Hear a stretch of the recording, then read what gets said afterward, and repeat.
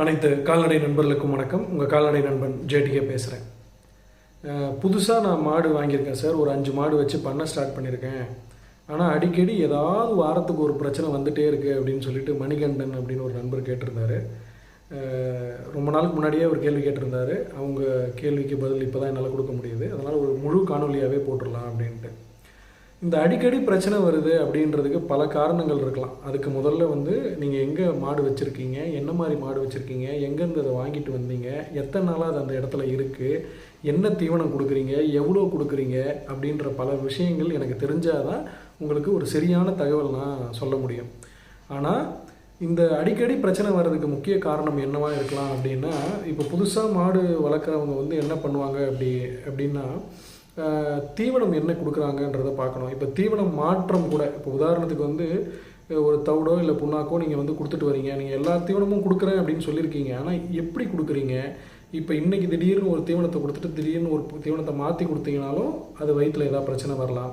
அதுக்கு சரியான பராமரிப்பு முறைகள், அது உட்கார்ற இடம், அதுக்கு தேவையான இட அளவு கொடுத்துருக்கீங்களா? இப்போ ஒரு மாட்டுக்கு போதுமான அளவு உட்காந்து எழுந்திருக்க அளவு, அங்கே இருக்கிற தட்பவெட்ப சூழ்நிலை, அந்த இடத்த சுற்றி பக்கத்தில் வீடுகள் இருக்கா, இல்லை தோட்டங்கள் இருக்கா, இது மாதிரி பல விஷயங்கள் கறவை மாட்டுடைய உடல்நிலையை பாதிக்கும். இப்போ உதாரணத்துக்கு தட்பவெட்பம், இப்போ அதிகமாக பனி இறங்குற இடம், இல்லை நீங்கள் மேலே போட்டிருக்கிற ரூஃபு, அந்த ரூஃபில் என்ன மெட்டீரியல் யூஸ் பண்ணியிருக்கீங்க, இது மாதிரி பல விஷயங்கள் இருக்குது பிரச்சனைகளை உண்டாக்குறதுக்கு. ஸோ அது என்ன அப்படின்றத பாருங்கள். மாடுகள் உட்கார்ற இடம், அந்த தரை இருக்குது இல்லையா, அது சொரப்பாக இருக்கா இல்லை வழவழப்பாக இருக்கா, நீங்கள் தண்ணி கொடுக்குற தண்ணி என்ன மாதிரி தண்ணி, அதாவது அந்த தண்ணி போர் தண்ணியா, இல்லை அதில் ஏதாவது இப்போ போர் தண்ணி சிலதெல்லாம் பார்த்திங்கன்னா ஒரு இரும்பு வாசனை வரும். அது மாதிரி இருக்கக்கூடிய சின்ன சின்ன விஷயங்கள் கூட ஒரு பாதிப்பை உண்டாகிறதுக்கான வாய்ப்புகள் இருக்குது.